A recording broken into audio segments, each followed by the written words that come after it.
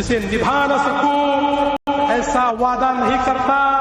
मैं अपनी बातें औकात से ज्यादा नहीं करता, भले ही तमन्ना रखता हूं आसमान छू लेने की, लेकिन औरों को गिराने का इरादा नहीं रखता।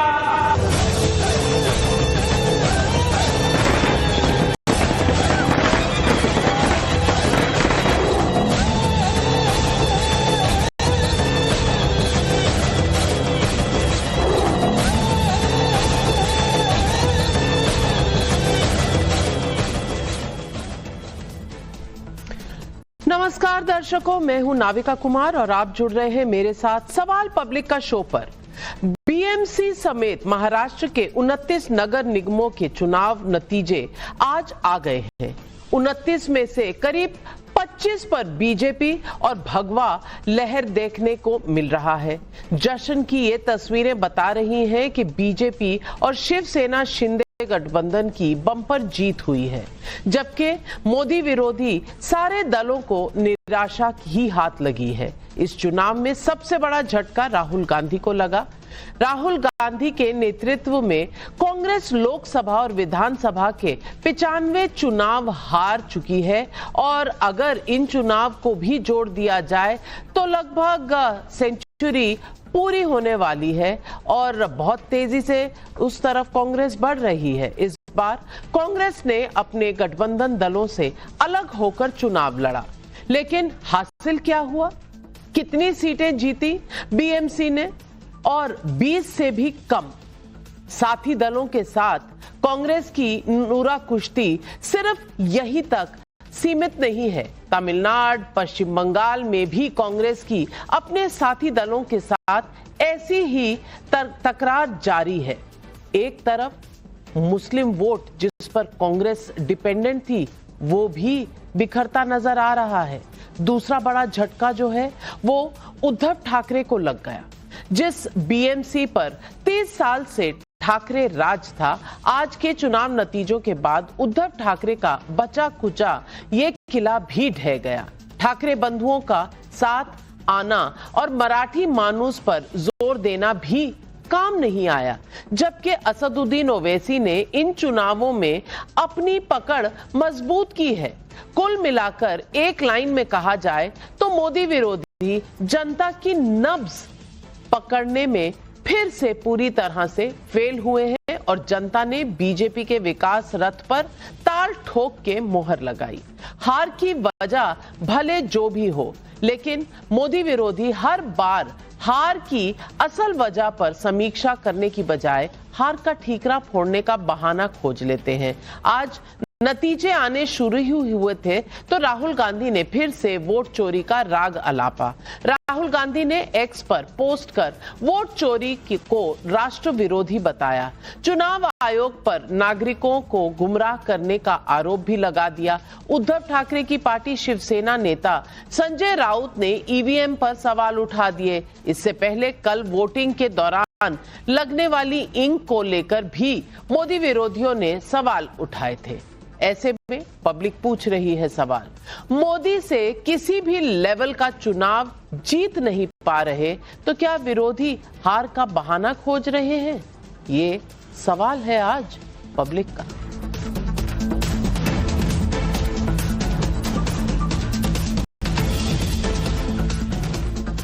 महाराष्ट्र के 29 नगर निगम में से 25 पर जीत दर्ज करना नरेंद्र मोदी के नेतृत्व और बीजेपी सरकार के विकास कार्यों पर जनता की मोहर है। अगर बीएमसी की बात करें तो बीजेपी और शिंदे गठबंधन लीड रोल में है, वहीं ठाकरे भाइयों का गठबंधन 80 सीट के करीब सिमट गया है। कांग्रेस डबल डिजिट के अंकों में बड़ी मुश्किल से पहुंची है, जबकि ओवैसी की पार्टी ने अपनी ठीक ठाक मौजूदगी दर्ज कराई है और यह भी बता दिया कि जो माइनॉरिटी वोट है उसका अब एक और तोड़ है, एक और डेस्टिनेशन है, एक और एजेंडा है। कांग्रेस आखिरी रास्ता नहीं। बीजेपी की बम्पर जीत इस बात पर मोहर लगाती है कि देश के जेनजी ने देश में मोदी और महाराष्ट्र में देवेंद्र फडणवीस सरकार की विकास नीति पर मोहर लगाई है। शानदार जीत पर बीजेपी सांसद और प्रवक्ता सुधांशु त्रिवेदी ने क्या कहा, आप सुनिए। कि मैं विपक्ष से पूछना चाहता हूं, इंडी गठबंधन का अस्तित्व अब है या नहीं है? इंडी गठबंधन का किला बिल्कुल तार तार होता नजर आ रहा है कि बेनकाब चेहरे हैं और दाग बड़े गहरे हैं। यह इंडी गठबंधन में दिखाई पड़ रहा है और टूटता तिलिस्म आज सच से भय खाता हूं। हमारी यह शानदार जीत दर्शाती है कि युवा पीढ़ी ने भी बड़े उत्साह के साथ भाजपा और महायुति का पुरजोर समर्थन किया है। हम इसके द्वारा कह सकते हैं कि जेन जी ने ये वीबी के पक्ष में मतदान दिया है। वीबी मतलब विकसित भारत। विकसित भारत के जिस मार्ग पर भारत आगे बढ़ रहा है प्रधानमंत्री जी के नेतृत्व में, और श्री देवेंद्र फडणवीस जी महाराष्ट्र में उसका नेतृत्व कर रहे हैं, मुझे लगता है कि जेन जी ने उस दिशा में हमें पुरजोर समर्थन देकर और शक्ति प्रदान की है। नरेंद्र मोदी की विकास नीति पर देश की जनता के साथ दुनिया की बड़ी एजेंसियों भी मुहर लगा रही हैं। भारत की इकोनॉमी को राहुल गांधी डेड बता रहे थे, लेकिन भारत की इकोनॉमी पर अंतर्राष्ट्रीय मुद्रा कोष यानी कि आईएमएफ ने अनुमान जताया है कि भारत की अर्थव्यवस्था में बढ़ोतरी जारी रहेगी। आईएमएफ के संचार विभाग की निदेशक जूली कोजैक ने कहा कि भारत दुनिया के लिए एक प्रमुख विकास इंजन है। मतलब साफ है, नरेंद्र मोदी के विकास मॉडल को देश की जनता तो मान ही रही है, दुनिया भी मोदी का लोहा मान रही है। लेकिन नरेंद्र मोदी के विरोधी क्या कर रहे हैं? हार का विलाप करते करते हार का बहाना खोज रहे हैं। इस चुनाव नतीजों को लेकर भी जिस बात का डर था, आखिर वो ही हुआ। वोटिंग के समय लगाई जाने वाली इंक पर ठीकरा फोड़ दिया गया और फिर रिजल्ट वाले दिन राहुल गांधी से लेकर उद्धव सेना तक एक बार फिर वोट चोरी का राग अलापने लगे। सुनिए उद्धव गुट के नेताओं ने क्या कहा और बीजेपी ने राहुल गांधी को क्या जवाब दिया। मुंबई में मतगणना जिस तरह से शुरू है, पूरे निर्णय नतीजे आने के लिए रात के 12 बजे, रात को 12 बजे जो आंकड़े सामने आ रहे हैं वो झूठे हैं। भ्रम जो चल रहा है ना, अभी बीजेपी जीत गई, शिंदे जीत गया, ये जीत गया, ये नहीं है। अभी बीजेपी के और शिंदे के आंकड़े धीरे धीरे कम होते जाएंगे। हाँ, अभी भी ईवीएम पर अभी भी गड़बड़ है और गड़बड़ कल भी थी वोटिंग के समय, और अब काउंटिंग के समय भी ईवीएम में गड़बड़ है। राहुल गांधी जी ने अपना पुराना राग नई तरीके से अलापना शुरू किया है। कभी ईवीएम गलत है, कभी चुनाव आयोग गलत है, कभी वोटर लिस्ट गलत है, अब शाही गलत है। राहुल जी, गलत है आपके कारनामे। उद्धव ठाकरे का 30 साल का किला ढह गया। क्या हिंदुत्व की लीक से हटना इसकी बड़ी वजह है? क्या सनातन और हिंदुत्व को गाली देने वाले दलों के साथ लेना और उठना बैठना भी हार की वजह है? उद्धव ठाकरे जनता की नब्ज को समझ नहीं पाए, लेकिन क्या अब मोदी विरोधियों को समझ आने लग गया है कि हिंदुत्व को दरकिनार कर चुनाव जीतना आसान ही नहीं, शायद नामुमकिन है? खासकर पश्चिम बंगाल में ममता बनर्जी को लेकर ये सवाल पूछे जा रहे हैं। आज ममता बनर्जी ने सिलीगुड़ी में महाकाल मंदिर की नींव रखी। कुछ दिन पहले ममता बनर्जी ने कोलकाता में दुर्गा आंगन की आधारशिला रखी। यूपी में अगले साल चुनाव है। अखिलेश यादव आज भुवनेश्वर में जगन्नाथ मंदिर में दर्शन करने गए। कुछ दिन पहले खबर आई थी कि राहुल गांधी राम मंदिर का दौरा करेंगे। आज सिलीगुड़ी में महाकाल मंदिर की नींव रखने के मौके पर ममता बनर्जी ने क्या कहा और जगन्नाथ मंदिर पहुंचे अखिलेश यादव ने क्या कहा, सुनिए।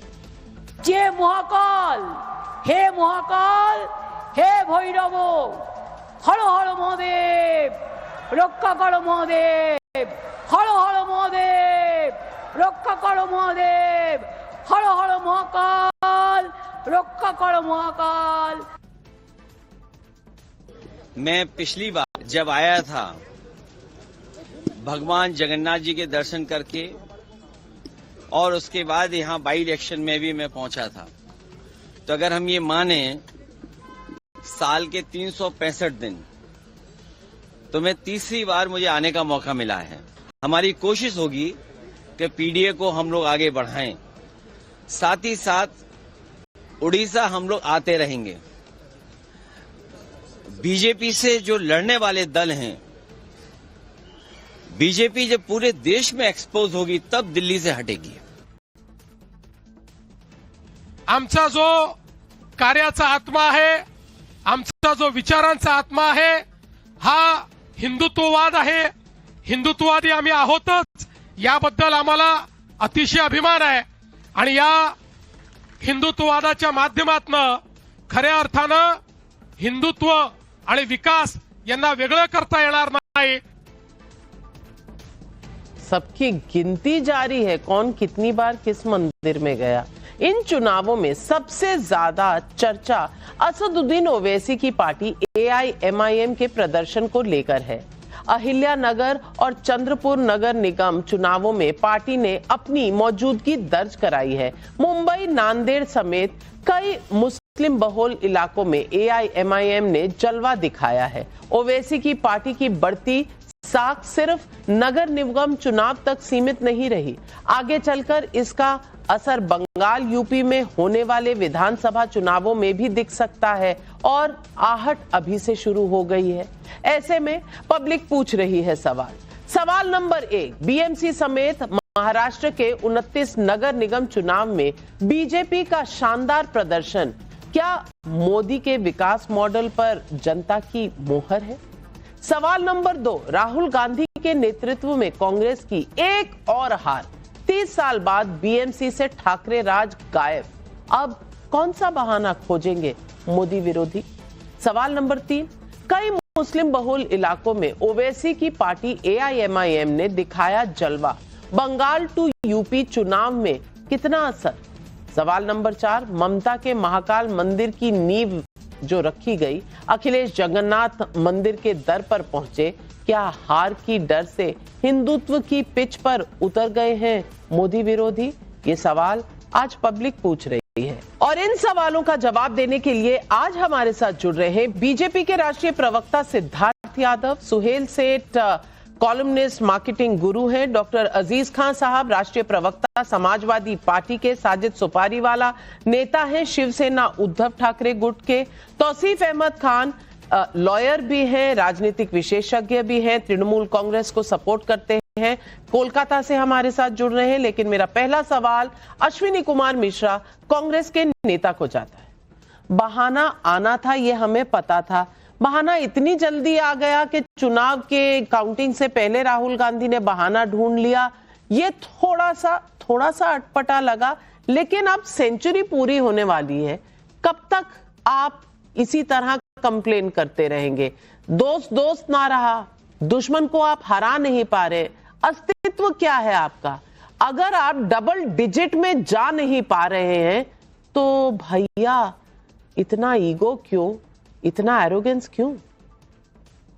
Navika ji, good evening to your viewers and fellow panelist. क्या हार में क्या जीत में किंचित नहीं भयभीत में, संघर्ष पथ पर जो मिला ये भी सही वो भी सही। नाविका जी, हम माननीय राहुल गांधी जी के सिपाही हैं और हार जीत से नहीं डरते। हम एक कहावत थी पहले कि जो सिपाही थे बहादुर थे वो जंग में चले गए आजादी की, और जो कायर थे वो संग में चले गए। यही आज भी चरितार्थ हो रहा है। हम लोग उस पार्टी से बिलोंग करते हैं, उस पार्टी की लीडरशिप से हैं जिन्होंने देश के लिए अपना खून बहाया, ना कि उन लोगों से जो देश की मुखबिरी करते रहे। खैर, विशेष चिंता का यह है नाविका जी, जब देश के प्रबुद्ध लोग, जब देश की प्रबुद्ध लोगों को यह लगने लगे कि राहुल गांधी जी जो आवाज उठा रहे हैं वोट चोरी की, राहुल गांधी जी बोलते हैं वोट चोरी एक देशद्रोह की श्रेणी में आता है और ये गलत लगने लगे। क्या आपको नहीं लगता नाविका जी, जो संस्था वोट चोरी कराती है, वोट चोरी में सपोर्ट करती है किसी भी पार्टी को, वो क्या देशद्रोही की श्रेणी में नहीं आना चाहिए? मेरे हिसाब से बिल्कुल आना चाहिए। अगर ये वोट चोरी का विषय है तो उसको देशद्रोह से बड़ा गुनाह माना जाना चाहिए। रही बात चुनाव हाईजैक करने की, महाराष्ट्र में चुनाव चोरी की, हमने बहुत बार देखा है, महाराष्ट्र में भी हमने देखा कैसे चुनाव चोरी किया गया। अगर फेयर प्ले ग्राउंड नहीं होगा, अगर आप पहले से ही डिसाइड कर लेंगे कि हमको कितनी सीटें मिलने वाली हैं, किसको कितने वोट मिलेंगे, आपका इलेक्शन कमीशन कल्लूड करेगा आपके साथ में, तो इलेक्शन ही जब नहीं बचेगा नाविका जी, तो डेमोक्रेसी का महत्व क्या रह जाएगा। डेमोक्रेसी की बेसिक यूनिट होती है एक व्यक्ति को एक वोट, लेकिन भारतीय जनता पार्टी के पास 4-5 पिलर हैं। भारतीय जनता पार्टी मुद्दों पर वोट नहीं लड़ती। भारतीय जनता पार्टी के पास ईडी है, हमने बंगाल में देखा, ईडी सीबीआई है। दूसरा, भारतीय जनता पार्टी के पास इन्फिल्ट्रेटर्स का एक बहुत बड़ा मुद्दा रहता है हमेशा, जिसको वो हर चुनाव में ले आते हैं। तीसरा, अगर कुछ ना चले तो कहीं ना कहीं ये मुद्दे जनता मान रही है ना अश्विनी जी। जनता जो मुद्दे माने, जनता ही बॉस होती है, आपकी भी उनकी भी। जनता जब तक चाहेगी बंदा वहां रहेगा, नहीं तो नहीं रह सकता ना अश्विनी जी। अब ये सवाल आप उठाते हैं, आपकी पार्टी का भी जलवा था, बहुत दशकों तक जलवा था, तब पार्टी कुछ करती थी, कहीं खड़ी होती थी, कुछ ही मुद्दे पर जनता को भाती थी, इसीलिए खड़ी है। लेकिन सिर्फ जनता को दोष देना, सिर्फ पूरे एडमिनिस्ट्रेशन को दोष देना, कभी ईवीएम को, आपके तो बहाने भी एक से नहीं है। उद्धव ठाकरे कह रहे ईवीएम गलत था, आप कह रहे हैं बाकी चीजें गलत है, वोट ही चोरी हो गया। सवाल ये तय कर लीजिए ना कि गलत क्या है, फिर उसको दुरुस्त किया जाए। लेकिन सिद्धार्थ यादव जी, मेरा आपसे सवाल है, एक सवाल है कि आपको बहुत बहुत बधाई कि आपने जीत तो दर्ज कर दी और बड़े मार्जिन से जीत दर्ज करी और पूरे महाराष्ट्र में कई नगर निगमों में जीत दर्ज करी, इसमें कहीं कोई दो राय नहीं है। लेकिन एक सवाल तो पूछा जाएगा कि जो स्याही थी वो तो हमारे रिपोर्टर्स ने भी लगाकर जब मिटाई तो वो मिट गई, ये सवाल तो रहेगा और ये पूछा भी जाएगा, खास करके उस वक्त जब इतना बड़ा कंट्रोवर्सी वोट चोरी का चल रहा है। कम से कम तब पूरी एहतियात से इलेक्शन होना चाहिए, तो फिर कहीं ना कहीं मिठाई में थोड़ा सा काली मिर्च लोग डालेंगे ही ना, इसका मौका ही क्यों दिया जाता है। नाविका जी नमस्कार और आपके सभी दर्शकों को नमस्कार।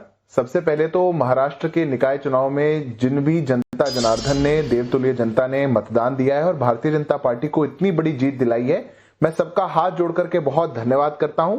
और जिनने विकास को चुना है, महाराष्ट्र के लिए एक अच्छे भविष्य को चुना है, मैं उन सबका आभार प्रकट करता हूं। अभी कांग्रेस पार्टी के हमारे साथी प्रवक्ता बैठे हुए थे, वो कह रहे थे संघर्ष पथ पे जो मिला ये भी सही वो भी सही, पर आप तो सब कुछ गलत कर रहे हैं ना। जो मिलेगा वो तो सही, आप क्या कर रहे हैं उसको कौन गिरबान में झांक करके देखेगा। इन चुनावों में नाविका जी एक बात बिल्कुल स्पष्ट हो चुकी है, जनता अपना मत बिल्कुल स्पष्टता से रख चुकी है कि राजनीतिक अवसरवादिता को रिजेक्ट कर दिया गया है, फॉल्स प्रोपेगेंडा को रिजेक्ट कर दिया गया है, वोट चोरी के ड्रामा को रिजेक्ट कर दिया गया है, नफरत की राजनीति को रिजेक्ट कर दिया गया है, पुंगी इनकी बजा दी गई है। ये लोग निकले थे पुंगी बजाने के लिए, किसी की पुंगी इनकी बजा दी गई है, क्योंकि आज महाराष्ट्र की जनता ने निकाय चुनाव में बता दिया है कि जो विकास की बात करेगा, जो महाराष्ट्र के भविष्य की बात करेगा, जो डिलीवर कर सकता है, जो ग्राउंड पे जाकर के काम कर सकता है, जो मुद्दों को समझ सकता है, हमको उसको जाकर के वोट देना है। यह पहला विषय है। दूसरी बात, आपने पूछा कि चुनावों में स्याही को लेकर के कुछ कंट्रोवर्सी हुई, क्या हुई। मैं कहता हूं हम भी एक पॉलिटिकल पार्टी हैं, आप मीडिया से हैं, सब पॉलिटिकल पार्टियां हैं, सबको सजग रहना चाहिए, सबको बिल्कुल अलर्ट मोड में रहना चाहिए और कहीं भी किसी प्रकार की कंट्रोवर्सी नहीं होनी चाहिए। पर क्या कंट्रोवर्सी है, यह प्रश्न है हमारा। क्या आप केवल वोट चोरी का एक ढकोसला बजा करके चलेंगे और आप झूठी बात को आगे बढ़ा करके चलेंगे और आप एक बात कहेंगे जिसमें कंट्रोवर्सी नहीं होगी उसको भी कंट्रोवर्सी बनाने की कोशिश करेंगे, जनता ऐसा ही परिणाम देती रहेगी। अरे हर बूथ में आपका बीएलए मौजूद है, हर बूथ के अंदर आप हर बूथ में चुनाव लड़ रहे हैं, जहां भी वोटिंग की जा रही है वोटिंग एजेंट आपका मौजूद है, जहां स्याही लगी या जहां पर ईवीएम मौजूद है, जहां वीवीपैट मौजूद होगा वहां आपका एजेंट भी तो मौजूद है। समस्या कुछ और है नाविका जी, समस्या ये है कि जब रोने धोने की आदत पड़ जाए। अश्विनी जी एक एक करके जनता पर इतना जुल्म नहीं करिए, जनता पर इतना जुल्म मत करिए कि वो सुन ही ना पाए, समझ ही ना पाए, एक एक करके। हाँ, जनता इनकी बात और कहीं तो सुन नहीं रही, आप इनको यहीं बुलवा लीजिएगा। मैं केवल एक आग्रह कर रहा हूं, जब देश की जनता अपना मत देती है उसको ससम्मान स्वीकार करिए। जनता ने आपके झूठे प्रोपेगेंडा को रिजेक्ट करने का काम किया है। इतनी बड़ी ऐतिहासिक जीत हमको देने का काम किया है। आप कारण खोजना चाहते हैं? हमने हर नगर निकाय चुनाव के लिए एक अलग मैनिफेस्टो निकाला था। हमारी जो कैंपेन कमेटी वहां काम कर रही थी, हमने स्थानीय मुद्दों को उठाया था, हमने उसकी डिलीवरी की डेडलाइंस दी थी। हमने ये साबित करके दिखाया कि अगर आप यहां पर विकास को चुनेंगे, भाजपा को चुनेंगे, एनडीए को चुनेंगे, तो आपके यहां पर एक परिवर्तन आ सकता है। ये है मूल मुद्दे। और आपने क्या किया? आप लोग अपनी लड़ाई से फुर्सत में नहीं पाएंगे, आप लोग झूठे प्रोपेगेंडा से फुर्सत में नहीं पाएंगे और रोना धोना करते रहेंगे। अब ईडी बंगाल में गई, पर आपको लग रहा है कि महाराष्ट्र में ईडी से वोट हो रहा है। अरे इस बुद्धि को कहां लेकर के जाएंगे? सवाल सही है। अश्विनी मिश्रा जी जवाब दीजिए, क्योंकि अश्विनी मिश्रा जी, जो माइनॉरिटी वोट आप समझते थे कि आपकी मिल्कियत है, वो आपके पास नहीं रहा। आपके जो दोस्त आपके साथ आए थे, उनको आपने यूज किया जब आपको अपना अस्तित्व थोड़ा बहुत महाराष्ट्र में बनाना था, महाविकास आघाड़ी की सरकार बनानी थी। उसके बाद उद्धव ठाकरे को आपने दूध में से मक्खी की तरह निकाल कर फेंक दिया, कोई अलायंस नहीं की। आप देख लीजिए ना, आप कहां आकर खड़े हैं। डबल डिजिट पर मुश्किल से रेंगते हुए पहुंचे हैं। ये नेशनल पार्टी का जलवा है। नाविका जी, पहली बात तो कि वोट चोरी जो है वो भारतीय जनता पार्टी या कांग्रेस से ऊपर का विषय है, देश की डेमोक्रेसी का विषय है और इस पर सबको बहस करनी चाहिए। इलेक्शन चोरी पर सबको बहस करनी चाहिए। आप बोल रहे हैं कि एक व्यक्ति, आपके बीएलए क्या कर रहे हैं वहां पर? अगर इंक सही देना इलेक्शन कमीशन की जिम्मेदारी है कि नहीं? अगर एक व्यक्ति एक पोलिंग बूथ पर वोट डालता है, दूसरा वोट दूसरे पोलिंग बूथ पर जाकर डालेगा, तो आप उसको कैसे रोकेंगे? और राहुल गांधी जी ने ये बात प्रूव किया है, अपने प्रेजेंटेशन में बताया है कि आपके लोग 20-20, 22-22 जगह वोट डालते हैं। इलेक्शन चोरी आप लोग करते हैं।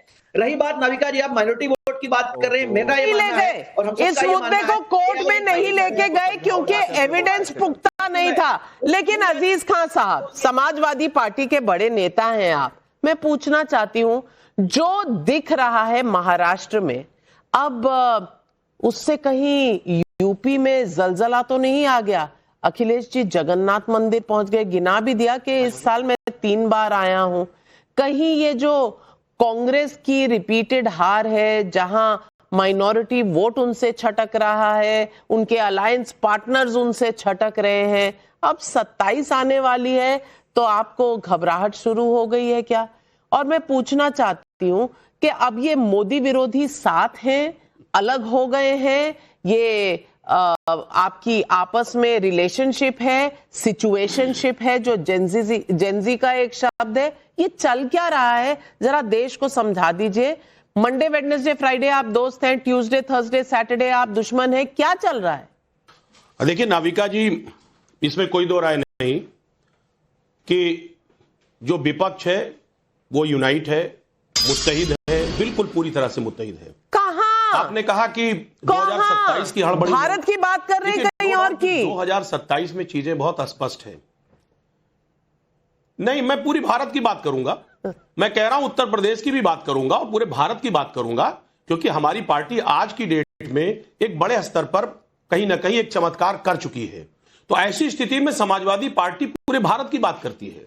और रही बात अभी चुनाव की और बीएमसी की चुनाव जो हुआ है, उस पर अगर मैं चर्चा करूं तो मैं एक बात बता रहा हूं कि जो इस वक्त ट्रेंड चल रहा है, आप दिल्ली में ले लें, हरियाणा में ले लें, बिहार में ले लें, जो ट्रेंड हुआ चुनाव का, जिस तरह इलेक्शन हो रहा है, जिस तरह तमाम तरीके की चीजें आ रही हैं, चाहे वो ईवीएम की बात आ रही हो, चाहे वो चुनाव आयोग की बात आ रही हो, नाम कटने की बात आ रही हो, स्याही की बात आ रही हो।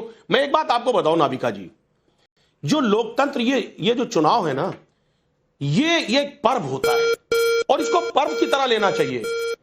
ये निष्पक्ष होना चाहिए। और कहीं ना कहीं जब जनता को ऐसा लगने लगता है तो आपने देखा कि उसमें निराशा पैदा होती है।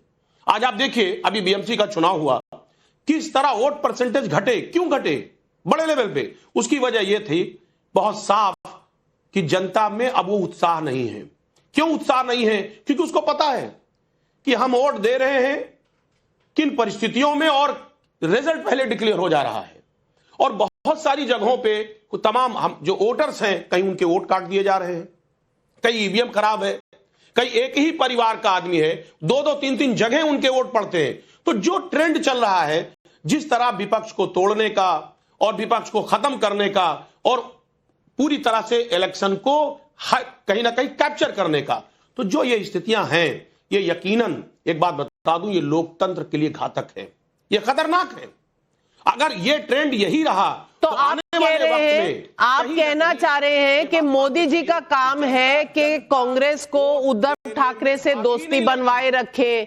वो आप कह रहे हैं कि मोदी जी का काम है कि उद्धव ठाकरे और उनके जितने घटक दल हैं आपके महाविकास आघाड़ी के जो हुआ करते थे, अब तो कोई विकास भी नहीं रहा और आघाड़ी भी नहीं रही। लेकिन सुहेल सेठ जी, ये सारा ठीक रहा क्या मोदी जी के ऊपर ही है? वही सबको यूनाइट करेंगे, वही सबके लिए वोट भी बटोर कर लाएंगे ताकि ये कह सकें कि इस देश में लोकतंत्र कायम है।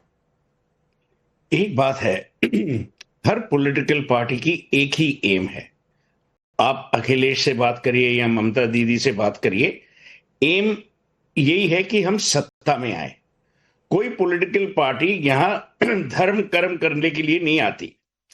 तो अश्विनी ये जो कहा कि भाई हम राहुल गांधी के सिपाही हैं और हार और जीत दोनों हैं, हम दोनों से प्यार करते हैं, मेरे को लग रहा है आप हार से ज्यादा प्यार करते हो। At least that is what is shown in the results, और वो आपकी पॉलिसी है। Congress party is an old party.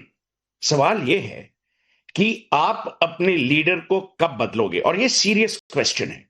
देखिए, मैं एक आदमी हूं जो हर टेलीविजन प्रोग्राम पे I have defended Rahul Gandhi जब किसी ने कहा एंटी नेशनल है, ये है, वो है। पर एक बात है Ashwini, a party is galvanized by wins in elections. हर वक्त कोई ना कोई आप लोग वखेड़ा पाते ही हो। मैं पंजाबी हूं तो मैं थोड़ी पंजाबी में भाषा, जो मेरी ग्रैंडमदर बोलती है, कोई ना कोई स्यापा होता ही है। या ईवीएम गलत है, या इलेक्शन कमिश्नर चोर है, या महाराष्ट्र में चोरी होती है, जो भी है।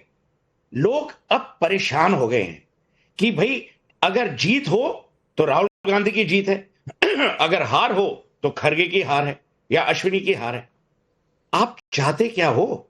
और ये क्या नरेंद्र मोदी और अमित शाह की ड्यूटी है कि वो रोज खान मार्केट जाएं और एक ऑपोजिशन को खरीदने की कोशिश करें या एक ऑपोजिशन को पैदा करने की कोशिश करें? उनकी ड्यूटी ये नहीं है। और आप जो नरेंद्र मोदी पे या किसी पे भी इल्जाम लगा रहे हो कि डेमोक्रेसी उन्होंने खतरे में की है, आप लोगों ने डेमोक्रेसी खतरे में की है। मैं इस देश का वासी हूं और मैं आपको कहता हूं कि मैं कांग्रेस को ब्लेम करता हूं कि आप में क्षमता है, आप में स्ट्रेंथ है, आप में हिस्ट्री है, और फिर भी आप जीतना नहीं चाहते क्योंकि आप अपने लीडर को बदलना नहीं चाहते, क्योंकि यह परिवार पार्टी है। यह पार्टी एक एक्सीलेंट पार्टी थी, और हर वक्त हारने के बाद आप ये बोलते हो कि भाई नरेंद्र मोदी ने डेमोक्रेसी को खतरे में किए। फिर अगर यही है तो फिर कर्नाटका में आप नई पार्टी में रहो, रेवंत रेड्डी को बोलो कि तेलंगाना में रिजाइन कर दे। भाई दोनों हाथों से आप घी खा रहे हैं और फिर बोल रहे कि भाई नरेंद्र मोदी और अमित शाह ने डेमोक्रेसी को खतरे में किया। एक बात मैं और कहूंगा बिफोर आई कंक्लूड, ये किसी का कहना नहीं है अश्विनी कि राहुल गांधी ने गलत किया या सही किया। हमारी औकात भी नहीं है। It's not my business to say. पर मैं आपको एक बात बोलता हूं जो आम इंसान बोल रहा है इस देश का, कि अगर आप बीजेपी को संभालना चाहते हैं तो पहले आप अपने आप को संभालिए। सलमान खान के पिताजी सलीम खान ने एक बहुत बढ़िया लाइन लिखी थी बहुत पहले, बहुत साल पहले, आप शायद पैदा भी नहीं हुए थे अश्विनी। उन्होंने कहा था, आदमी पहाड़ियों की ऊंचाइयों से गिर के अपने आप को संभाल सकता है, पर अगर वो अपने आप में गिर जाए वो कभी नहीं संभल सकता। अपनी नजरों से गिर जाए। हाँ, कांग्रेस को खुद इंट्रोस्पेक्शन करनी होगी। और मैं आपको ये बात बोल रहा हूं, ऑल पॉलिटिकल पार्टीज के आप लीडर्स देखो, ममता बनर्जी ने रिकॉर्ड विक्ट्रीज दर्ज की हैं। कभी ममता बनर्जी ने कहा कि ईवीएम ज्ञानेश कुमार जो भी उसका नाम है, नहीं, there is a certain maturity, certain responsibility. तो ये मेरा कहने का मुझे लगता है अश्विनी जी, आपसे ज्यादा कांग्रेस की चिंता तो सुहेल सेठ जी को है, जो कह रहे हैं कि आप में पोटेंशियल है, आप एक्सप्लॉइट नहीं कर पा रहे। लेकिन साजिद सोपारी वाला, आज मैं आपसे सवाल पूछना चाहती हूं, और सवाल मेरा यह है कि 30 साल बाद अब शिवसेना के लिए क्या? 80 सीटें आई, बहुत अच्छी बात है, पर किस अलायंस के पीछे आप गए थे जब आपने बीजेपी से नाता छोड़ा था? अब वो अलायंस कहां है? अब आप सत्ता में कहां हैं? आपके नंबर्स क्या हैं? आप एनजीओ बनेंगे जैसे कांग्रेस पार्टी बन रही है, या फिर जीतने के लिए आपका कोई स्ट्रैटेजी होगा?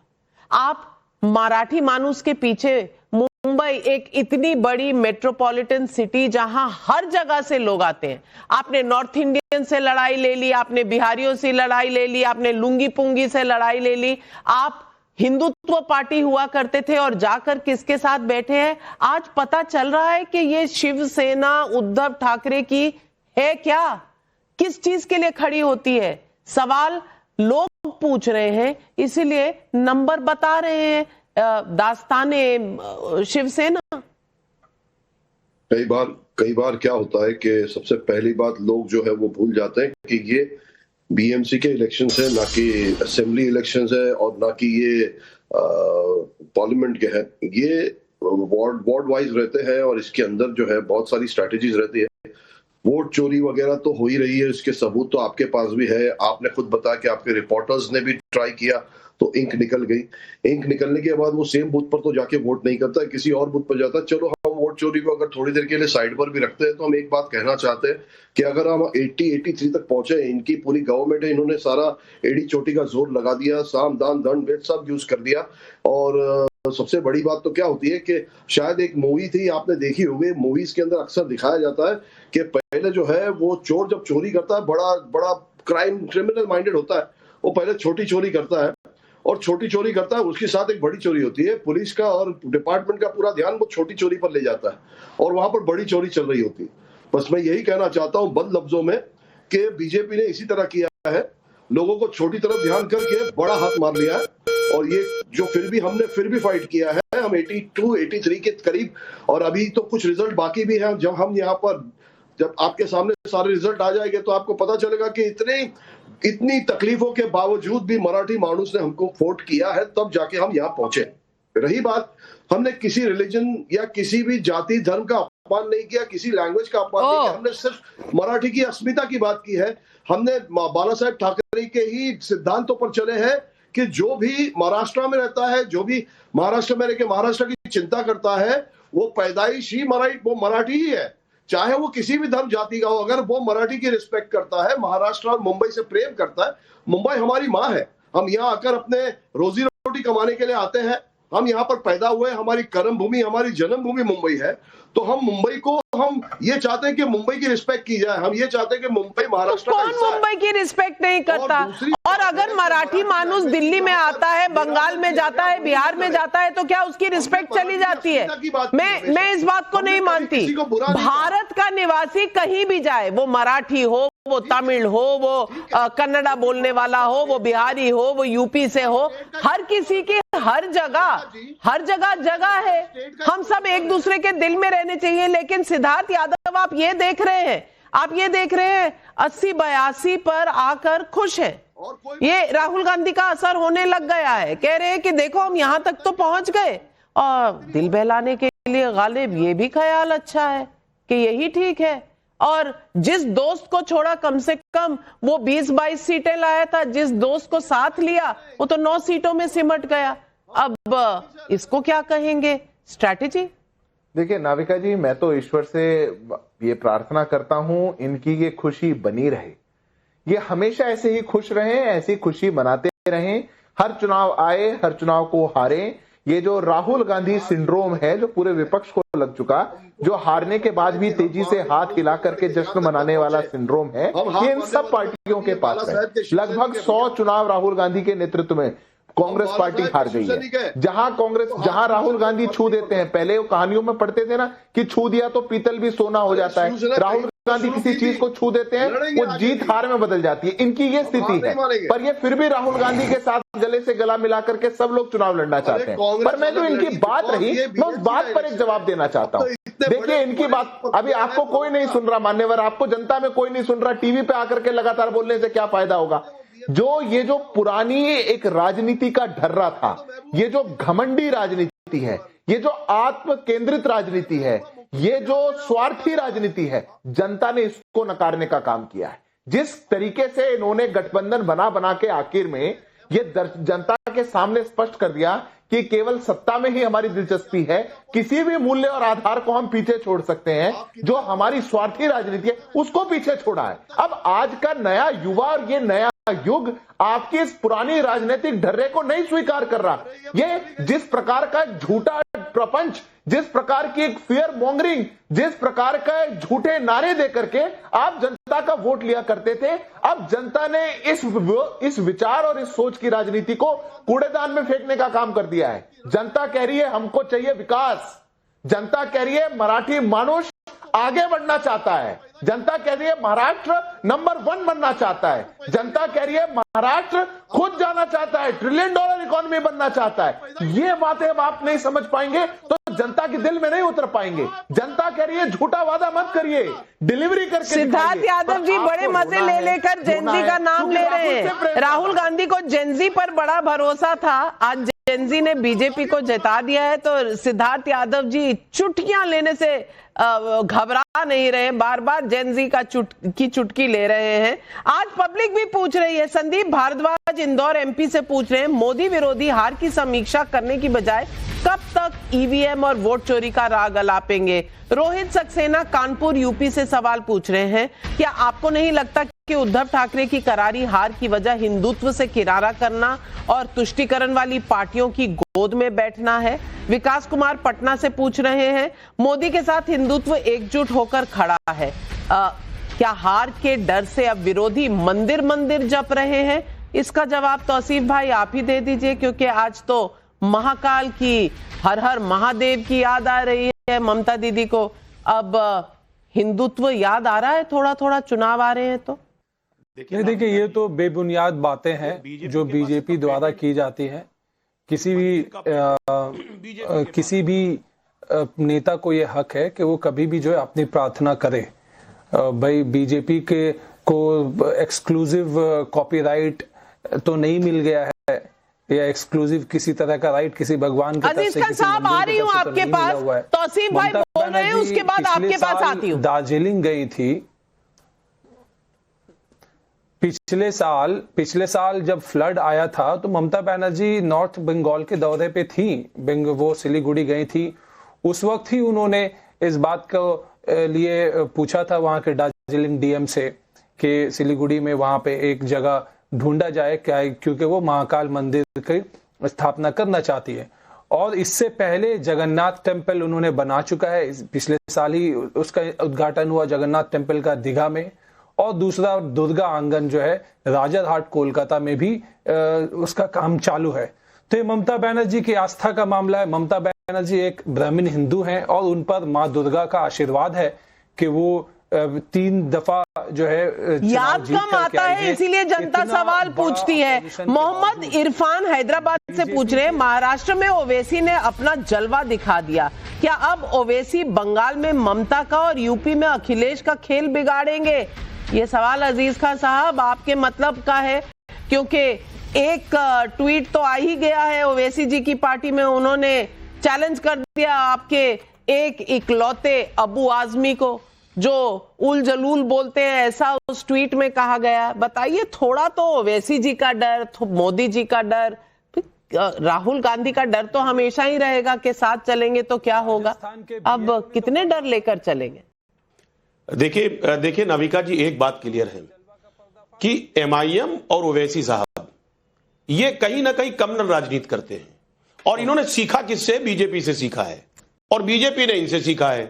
लेकिन हमारे नेता इन सब चक्करों में नहीं पड़ते। हम किसी खास कम्युनिटी की बात नहीं करते, हम खाली मुसलमान की बात नहीं करते, हम खाली हिंदू की बात नहीं करते, हम सर्वजन की बात करते हैं, और सर्वजन की बात करते करते हम चुनाव लड़ते हैं। हमारा मकसद ध्रुवीकरण नहीं है, हमारा मकसद लोगों को यूनाइट करना, लोगों को मुत्तहिद करना। पीडीए तो सर्वजन नहीं हुआ। ये नहीं है कि साहब मुसलमान वोट हमारा है, हिंदू वोट हमारा है, फलाना हमारा, हमारे तो सभी है। लेकिन ओवैसी साहब जिस तरह ध्रुवीकरण की बात करते हैं, यकीनन ये लोकतंत्र के लिए खतरनाक है, ये खतरनाक है लोकतंत्र। ओहो, ध्रुवीकरण आप करते हैं सिद्धार्थ यादव जी, ये सर्वधर्म सम्मान करते हैं, जवाब दीजिए। ये नाविका जी, ये लोकतंत्र के लिए बहुत खतरनाक है। जबान काट लूंगा, ये तो लोकतंत्र के लिए स्वस्थ है। मैं तुम्हारी जबान 2 मिनट में निकाल लूंगा, ये लोकतंत्र के लिए स्वस्थ है। अब वो आजमी कह रहे थे ना, इनके नेता कह रहे थे, इनके नेता के भी 2 मिनट में पुलिस हटा दे तो लोकतंत्र के लिए बहुत स्वस्थ हो जाता है। और आपको अगर कोई चुनौती दे दे और सबका साथ सबका विकास की बात कर दे, वो लोकतंत्र के लिए खतरा है। अरे ये नफरत की राजनीति रिजेक्ट हो चुकी, आपको लोग बाहर का रास्ता दिखा चुके हैं। मुझे तो लोकतंत्र की दुहाई देने वाले लोगों को अपने गरबान में झांक करके देखना चाहिए। नाविका जी, ये जितने लोग झूठा प्रोपेगेंडा चला करके देश की कॉन्स्टिट्यूशनल इंस्टीट्यूशंस को, जो देश के चुनाव आयोग जैसी संस्थाओं को, जो संविधान के अनुरूप काम करती है, उनको जब कटघरे में खड़ा करते हैं, ये लोकतंत्र। सवाल है जनता किसको चुनती है। सवाल ये भी है कि आपकी अपनी स्ट्रैटेजी, अपने दोस्त कौन है, अलायंस पार्टनर्स कौन है। अगर स्ट्रैटेजी सही नहीं है तो हर बार ठीक रहा, अगर आप ईवीएम पर, वोट चोरी पर, स्याही पर डालेंगे तो क्या इससे आपको चुनाव में जीत मिलेगी? ये सवाल पब्लिक पूछ रही है। आज हमने एक सर्वे भी किया। बीएमसी समेत महाराष्ट्र के 29 नगर निगम चुनाव में बीजेपी प्लस की बम्पर जीत, आप इसे कैसे देखते हैं? सैंपल साइज 20,000 लोग। मोदी के विकास मॉडल पर मोहर 82% लोग। वोट चोरी, ईवीएम जिम्मेदार सिर्फ 16% लोग, कह नहीं सकते 2%। 82% लोग मानते हैं कि ये मोदी का जलवा है, लेकिन मोदी विरोधी है। और उनके साथ 16% लोग ये समझते हैं वोट चोरी हुई है। अब ये वोट चोरी का राग कब तक चलेगा भगवान ही जाने। लेकिन आज बीएमसी की इस भारी जीत, कांग्रेस का सुपड़ा साफ और उद्धव ठाकरे की मुंबई में भी मिल्कियत खत्म, ये आज बड़ा संदेश है। आगे यूपी बंगाल में क्या होगा, सबकी निगाहें उसी पर। आज बस इतना ही। तमाम पैनलिस्ट को और दर्शकों आपको देती हूं बहुत बहुत धन्यवाद। नमस्कार। जाइएगा